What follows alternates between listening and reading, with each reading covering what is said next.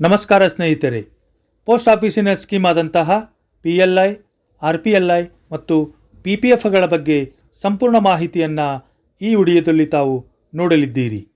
PLI, RPLI ಮತ್ತು PPF ಅನ್ನು ನಾನು 3 ವಿಭಾಗಗಳಲ್ಲಿ ವಿಂಗಡಣೆ ಮಾಡಿದ್ದೇನೆ. PLI ಖಾತೆಯನ್ನು ಸಿಂಗಲ್ ಮತ್ತು ಜಾಯಿಂಟ್ನಲ್ಲಿ ತೆರೆಯಬಹುದು.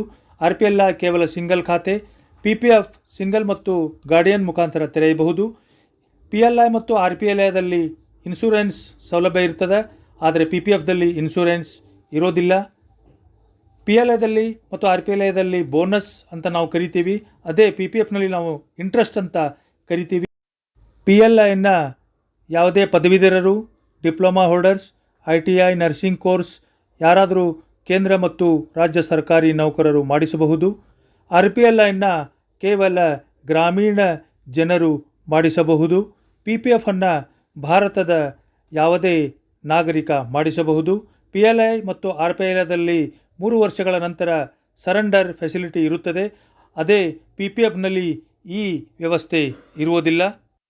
PLI ಮತ್ತು RPLIಗಳನ್ನು ಒಂದಕ್ಕಿಂತ ಹೆಚ್ಚು ಖಾತೆಗಳನ್ನು ನಾವು ತೆರೆಯಬಹುದು, ಆದರೆ PPF ಒಬ್ಬರಿಗೆ ಕೇವಲ ಒಂದೇ ಖಾತೆ.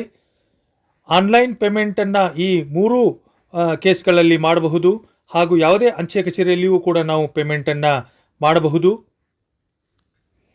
PLI ಮತ್ತು RPLIಗೆ ವಯಸ್ಸಿನ ಮಿತಿ 19 ರಿಂದ 55 ಇರ್ತದೆ, ಆದರೆ PPFಗೆ ಯಾವುದೇ ವಯಸ್ಸಿನ ಮಿತಿ ಇರೋದಿಲ್ಲ. PLI, RPLI, PPF ಈ 3ಕ್ಕೂ ಕೂಡ ಪಾಸ್ಬುಕ್ ವ್ಯವಸ್ಥೆ ಇರ್ತದೆ. PLI, RPLIಗೆ ಪಾಸ್ಬುಕ್ ಜೊತೆ ಬಾಂಡೂ ಕೂಡ ಬರ್ತದೆ. PLI ಮತ್ತು RPLI ಮಿನಿಮಮ್ 5 ವರ್ಷದಿಂದ 41 ವರ್ಷದವರೆಗೆ ಮಾಡಿಸಬಹುದು, ಆದರೆ PPFನ್ನು 15 ವರ್ಷ, ನಂತರ 5 ವರ್ಷಕ್ಕೆ ನಾವು ವಿಸ್ತರಣೆಯನ್ನು ಮಾಡಬಹುದು. ಗೆಳೆಯರೇ, ನಾವು 2,000 ರೂಪಾಯಿನ ಲೆಕ್ಕಕ್ಕೆ ಹಾಕಿದಾಗ ಆ ವಯಸ್ಸಿನ ಮಿತಿ 25 ವರ್ಷದ ಒಬ್ಬ ವ್ಯಕ್ತಿಯನ್ನು ನಾವು 15 ವರ್ಷದ ಒಂದು ಪ್ಲ್ಯಾನ್ ತೆಗೆದುಕೊಂಡಾಗ PLI ಮತ್ತು RPLIದಲ್ಲಿ 3,80,000 ಸಮ್ ಅಶ್ಯೂರ್ಡ್ ಆಗುತ್ತೆ. PPFನಲ್ಲಿ 3,60,000 ಆಗುತ್ತೆ. PLIದಲ್ಲಿ ನಾವು ಪ್ರತಿ ತಿಂಗಳು 2,033 ಕಟ್ತೀವಿ. RPLIದಲ್ಲಿ ನಾವು ಪ್ರತಿ ತಿಂಗಳು 2,052 ರೂಪಾಯಿ ಕಟ್ತೀವಿ.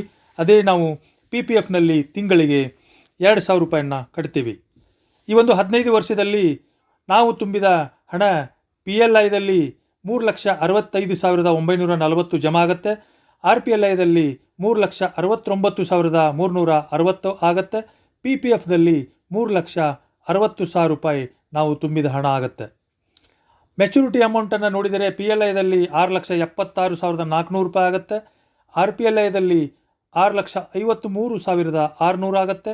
PPFದಲ್ಲಿ 6,31,135 ರೂಪಾಯಿ ಆಗುತ್ತೆ.